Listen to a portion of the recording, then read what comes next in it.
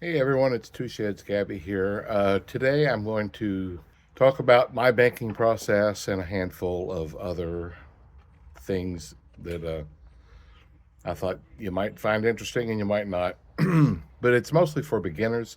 I've had several people asking me about my banking process, and so I actually, after my wife went to bed last night, and I was just sitting on the couch in front of the TV, I just turned on the phone and started recording. And so I'm going to be putting in clips of old videos from way back just to have video going. You may just want to listen while you're going through other coins or something. But here we go. Let's get started. In a perfect world, we would gather up all the coins that we go through in a month or whatever and take out the coins we want, whether it be copper or silver or weak pennies or whatever it is, and then take the coins we don't want and return them to another town, and they never get returned to our town. I mean, that would be ideal, but that's not realistic. While you may want to try to take some coins to another town to get them out of your town, somebody else is bringing their dump coins to your town. It's just the ebb and flow of things. I have five different bank accounts. One of them, I don't have any branches in the town that I live in, but I go visit family in a town. And I used to live there, and I left that branch open because when I go there, I'll stop and buy pennies or check for $50 or something like that. And I have two. Well, actually, I have three. I have two banks and one credit union that has coin machines. I'm looking at another credit union. But one of the banks, I take my pennies and nickels to in bags for the coin machine, and their bags they get bagged up, and then whoever picks them up just picks them up in the bags. They don't re-roll them themselves, and uh, and they get taken away. I do sometimes buy boxes of nickels and pennies from them. I'm mostly these days. I do pennies, nickels, dime bags. I'll talk about that in a minute, and $50.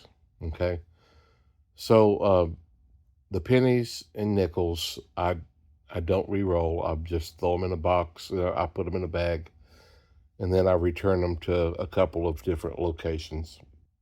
One of the banks has just recently. It's an account that my wife uses, so I don't. If it was just me, I'd probably get rid of it and find another one, but it's one my wife uses all the time. And they have just started a thing that after so much money in the machine, they start charging a fee.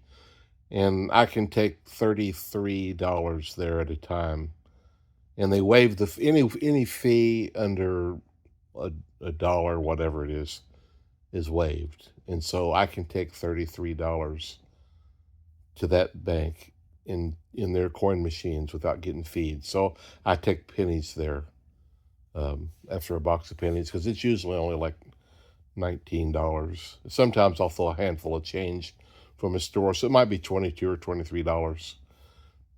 But I'm always safe there. I don't have to pay that fee. The other bank that I have that I use all the time, there's no fees, so I go there a lot. And I return the pennies and nickels, and they've got two different branches that have coin machines that I use real frequently. In one of the branches is the branch that I order the dimes from, and they only get them like every couple of weeks. They'll get a bag full, and I keep my name in there. There's probably a few other people that have their name on the list, so I'm sure I'm not getting everyone, but I'm getting a pretty good amount of time. And I buy those bags of dimes, and I bring them home and go through them. And I've been getting between 5 and 8 silver dimes.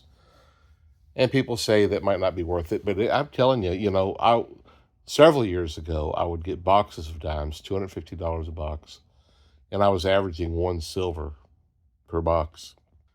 And I even got to the point where I wasn't even doing that, and so I just quit getting dimes. And so buying bag for $1,000 is the equivalent of 4 boxes. And so far, I've gotten 4, 5, 6, and 8 out of the 4 bags I've gotten. And so to me, it's worth it. I can go through them relatively quick. And then I just got a credit union that has 2 branches that have coin machines that I return my dimes to. I don't buy any coins there. I don't do anything else there. Um, I have to have $300 in that account to keep there from being any fees. And so I just put $300 in, and I go there pretty regularly, and I take back a bunch of dimes. I took dimes back a couple of days ago. And of course, it's going to happen frequently. I filled up their machine, and so I had to sit around for about 15 minutes while they got into the machine, took the old bag out, I mean, the full bags out, and put the new bags in. And so that's just going to happen. The credit union that I'm going to look at is a bigger credit union, and I'm going to see if I can sell them whole bags, the $1,000 bags, because I've talked to a fella in Ohio that does this with his credit union. So I'm going to keep looking for a credit union that I can do, and that'll make it so much easier. And then I'll just, if I take out 8 dimes, I'll put 8 dimes back in. I think you have to have a new bag, and I'll just order some bags, and I'll seal it up, and I'll take it to them. And they weigh it because it has to meet a certain weight, because they don't count them. They just weigh it's at the certain amount of weight, then you have the right amount. I think wherever they send them to, they get counted, and so you have to make sure you have the right amount. And from what my friend in Ohio said, you usually add a couple just to make sure, but that's okay. Oh, it's a crazy world. Okay, well, another branch that I have is a national branch with thousands of branches, national bank with thousands of branches, and I have ordered coins through them from. I live in Kentucky right now. Kentucky, Indiana, Illinois, Tennessee, Florida, and every state between here and Colorado and back, and up in Michigan. I've ordered coins, and whenever I travel, if I know I'm going that way, I'll call ahead the week before and get these coins ordered, and then pick them up, whether it be, and it's usually pennies, nickels, or half dollars. That's what I do the most of. And locally in the town that I'm in, I've got a couple of banks that I order the coins from, and I was picking up a couple of boxes of halves and a box of pennies every week, but I've just been getting killed with all the new half dollars, so I've stopped that temporarily. I'll start it back up in January. I just wanted to give myself a break for a couple of months. They're like, we'll order from you anything you want, no problem, but please never return them here. Do us the courtesy. And so I would never do that. And so I have other branches. And the half dollars I re-roll. It's so easy if you just take a penknife or whatever and pop open the end of the roll, push them out, look at them, and then if there's nothing there, shove them back in. Have a handful of half dollars beside you, and if there's something good in there, take out what you want, put a couple back in, throw them back in, close at the top, put them back in the box. I can, if I'm just pulling out silver because I'm looking at the sides, I can get a box done in probably 30, 35 minutes if I'm not doing videos or talking or anything. If I'm just hustling through them, I can get them done fast because you just get good at it after a while. And so I'll re-roll all my half dollars, and I take those back to, most of the time I take them back to this same company. The question of getting the same coins, yeah, you do. You just can't get around that. For when I was in Indiana, I found out that the bank got their coins from Brinks, and different cities have different Brinks that re-roll. And so I would order coins over in Illinois and drive over once a week and pick up 5 or 6 or 7 boxes. And then I'd bring them back home when I was living in Indiana, go through them, and then return them to different banks around in my area in Indiana because it was a different Brinks location. I was hoping but $7 a week is small fry. Honestly, there's so many around these cities that's getting ordered and returned and just over and over and over. I mean, we're going through so many of the same half dollars. But how we get our silver is just every so often somebody gets a collection or something and they dump some, and that's where you get them. I mean, that's really it, because these half dollars have been circulated so many times. But there's always people out there that are dumping stuff that with it because they don't know or they don't care. And I see it and hear of it all the time. And sometimes, they don't get farther than they'll take them in. A bank person will recognize it and they know they've got collectors and they'll say, "Hey, we got something for you."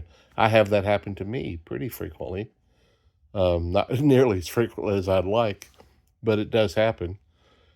And if it gets past the bank tellers, then it goes back into the rolls, goes back to Brinks or Loomis, whoever. They re-roll it, and then they send them back to whoever's ordering them. And that's the half dollar world we live in. But now, they're making new half dollars every year from 2002 to 2020, 21, something like that.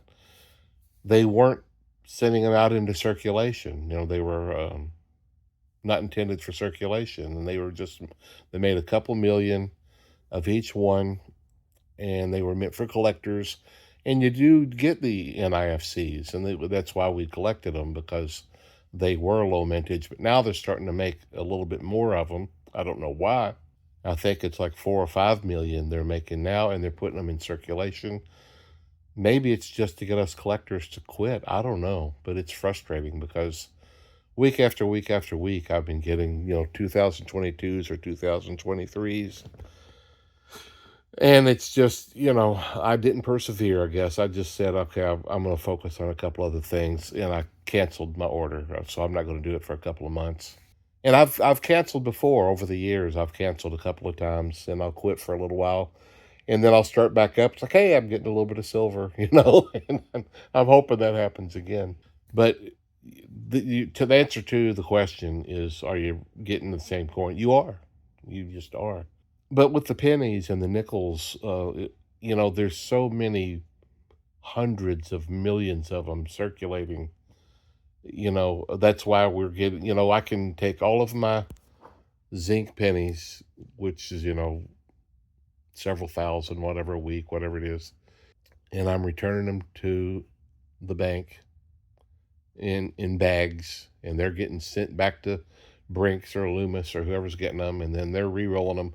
But there's so many people doing this just all the time that you're getting, people are taking all their pennies that they've collected for years and they're turning. Everybody's doing that every day. It's just constant. And so that's why in my area, I'm still consistently getting an average of 3 pounds of copper and 10 wheat pennies in every box. And sometimes I get lucky. I've gotten 35 wheat pennies, and I've heard of people getting 200 or 300. I've never done that yet, because they just happen to get a really great dump. If you buy bags or customer rolled, I have not been real lucky with the customer roll, but I have people tell me all the time that's all they get. I have bought customer rolls so many times, and 9 times out of 10 for me, it's somebody else's dump. But um, I got practically a whole box that was all copper. No, I don't think there's any wheat pennies, but it was like all copper. That was pretty amazing. That was pretty fun. But I've had people tell me they've bought a whole bunch of customer rolls and they've just gotten hundreds of wheat pennies, which is phenomenal. I'd love to do that. But I've just been buying boxes because it's real consistent for me. I order boxes. I get and it's fun to go through, and I'm going through it with you guys. And I get my wheat pennies. I get my Canadian pennies. Sometimes a few other fun things, and it's pretty consistent. I just had a lady tell me where I could turn in my pennies and buy my dimes. that somebody did do a wheat penny dump because somebody bought four four bags of pennies in one day from that branch, and they came back and said they never seen so many wheat pennies in all their life. And I'm like, I'm happy for him. I don't want to be envious, and I don't want to. I certainly don't want to say I wish it wasn't him. I'm happy for whoever got them. I hope I get that someday. Coin machines. The big branches, the big national banks, most of the time do not have coin machines. The ones I've been to, I'm in a pretty good sized city, and almost all the national banks that I've been in never have coin machines. It's your local banks, at least in my area, that have the coin machines, and so they might have 1 to 20 branches because they're just in one or two or three or four or five cities, and that's it. And that's the ones I have found that have go. And even those, one of the banks that I'm a member at, they've got a dozen branches and only maybe 3 coin machines. And in fact, that's the same with two banks I'm a member at. I just joined this credit union. They've got 7 or 8 branches, and they have 2 coin machines. One of them is pretty close to me, and the other one it's a little bit farther drive. And so I'm going to go here in the next week or so to a credit union that's got like 40 branches, and I'm really hoping that they're going to work with me on the bags. So try credit unions. Credit unions sometimes are finicky. You just got to go in and talk to them, and don't divulge everything that you do, but give them an idea of what you do, that you want to return coins. As you get to know them, and then you can start feeling them and tell them more about what you're up to, you know, or just give them full disclosure and see what they say. Because some of them are just. I canceled a credit union recently because I just didn't like the way they handled things. But hopefully, whoever is listening, you can find smaller branch banks and find you some coin machines. And then if you do, most of the time it's good business to not return coins to the coin, not to buy coins from the bank you return them to. The couple of branches that I do that occasionally, like the branch I buy the dime bags from, I take pennies and nickels there, so I don't buy pennies and nickels there. I only buy dimes there. And then that, as far as the bags are concerned. And then the other branch, same bank, different branch, I take pennies and nickels to, and I buy boxes from them occasionally. But I, I, you can't get away from the fact that all the coins in the city are going to Brinks or Loomis, and they're getting recirculated and going back out. That's why a lot of people mark their $50, which a lot of people hate to see that. I'm not, I don't like seeing it, but people will put their initials or something just to get an idea of how many of the same ones they're getting back. I've never talked to somebody that does that to find out how many of the same coins they're seeing back, but that's why they do it. There's so many millions and millions and millions of pennies and nickels and dimes a quarter circulating. It's a numbers game, and if you buy enough, you're going to get some good stuff, and that's what we're doing. And the thing is, with copper, the every year they're making a couple billion more pennies putting into circulation, and there's us copper hoarders who are taking copper out of circulation, and so you're just going to start seeing less and less and less. Just like back in the '70s, you get tons of silver because they'd quit putting them out in '64, and it's not going to be but a few more years that we're going to start seeing way less copper. So get into it now and start collecting. It's not just the copper; it's the wheat pennies and the other stuff that's still fun to find. Um, you know, if I go through one box a week, and I get 10 wheat pennies a box, that's over 500 wheat pennies I get in a year. That's a pretty good addition to a collection for nothing, you know. That's the neat thing. That's what we like as hoarders. When we get the silver coins, we got it for nothing.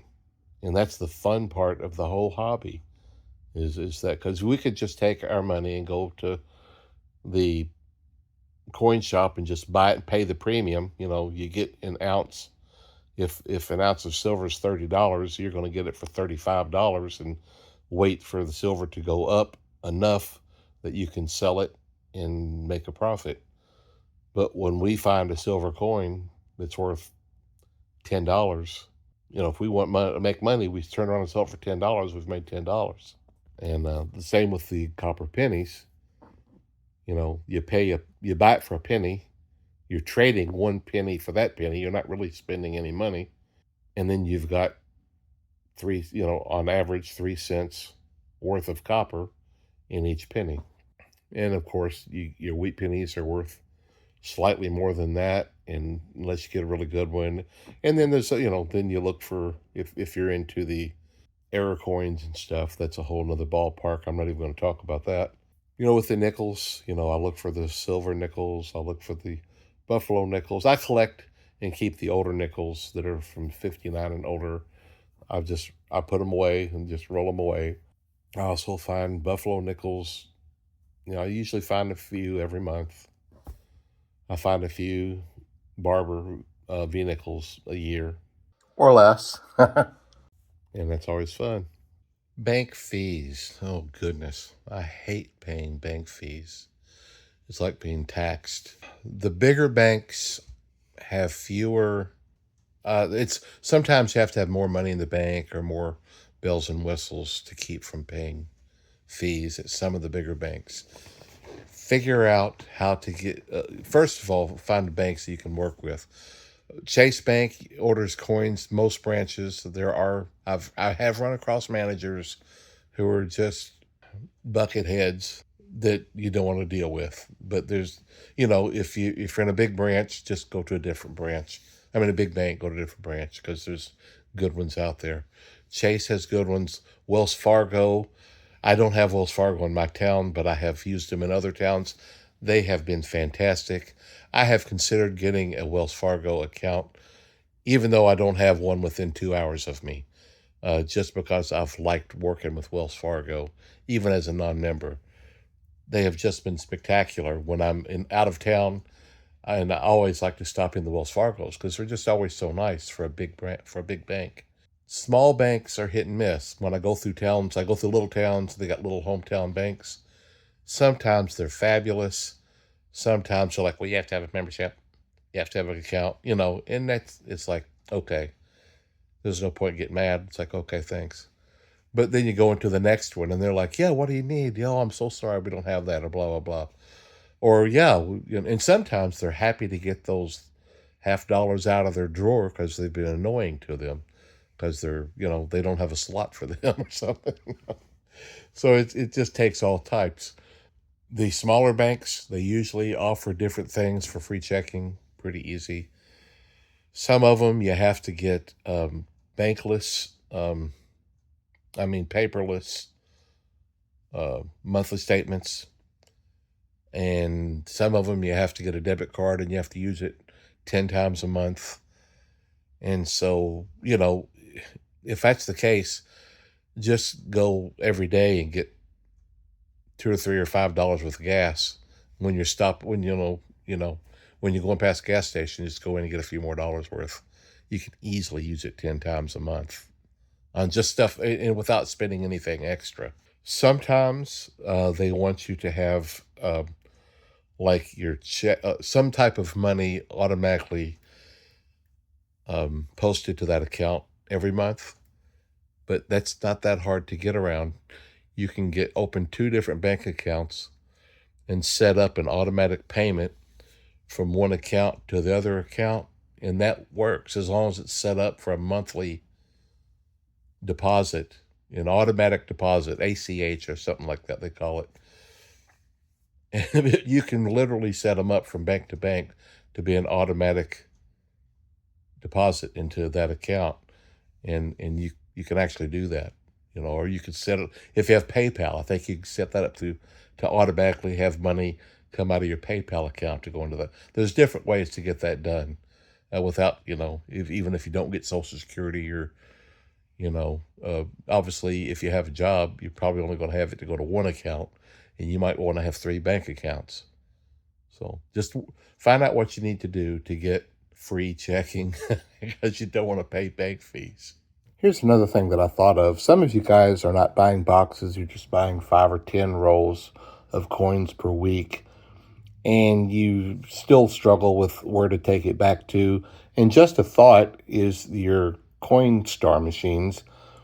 For instance, my coin stars at Kroger, you can take them in there and get Kroger gift cards, and you can use that for gasoline. So if you're spending $25 a week for gas, just get a Kroger card and use that as your gasoline, and it solves your problem, and you don't have to pay any fees for doing that, and you probably even get your 10-cent discount at Kroger on the gas anyway.